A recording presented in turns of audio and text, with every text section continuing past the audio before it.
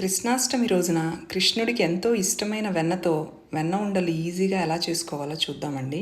దీనికోసం కొంచెం బియ్యపిండి తీసుకుని అందులో ఉప్పు వేసి కొంచెంగా రూమ్ టెంపరేచర్ వెన్న కూడా వేసి బాగా కలిసేటట్టు కలుపుకున్నాక కాచి చల్లార్చిన పాలతో పిండి మొత్తాన్ని ఉండలు లేకుండా మెత్తగా కలుపుకోవాలి. ఎక్కడ ఉండలు అనేవి ఉండకూడదండి. మెత్తని పిండిని చేసుకుని ఇలా బాగా నలుపుకుంటూ చిన్నగా మార్బుల్ సైజ్ బాల్స్ చేసి రెడీ చేసి పెట్టుకున్నాక మీడియం హీట్ ఆయిల్లో వేసి బాగా గోల్డెన్ బ్రౌన్ కలర్ వచ్చే వరకు వేయించుకోవాలి. నిదానంగా కలుపుకుంటూ వేయించుకుంటే ఈ కలర్ వస్తుందండి. తర్వాత బెల్లం పాకము సాఫ్ట్ బాల్ కన్సిస్టెన్సీ అంటారు కదా, జెల్లీలాగా ఇలా వచ్చాక ఈ వేయించుకున్న బాల్స్ అన్నీ ఈ బెల్లం పాకంలో వేసి తిప్పుకుంటే 5 నిమిషాల్లో మనకి వెన్న ఉండలు రెడీ అయిపోతాయండి.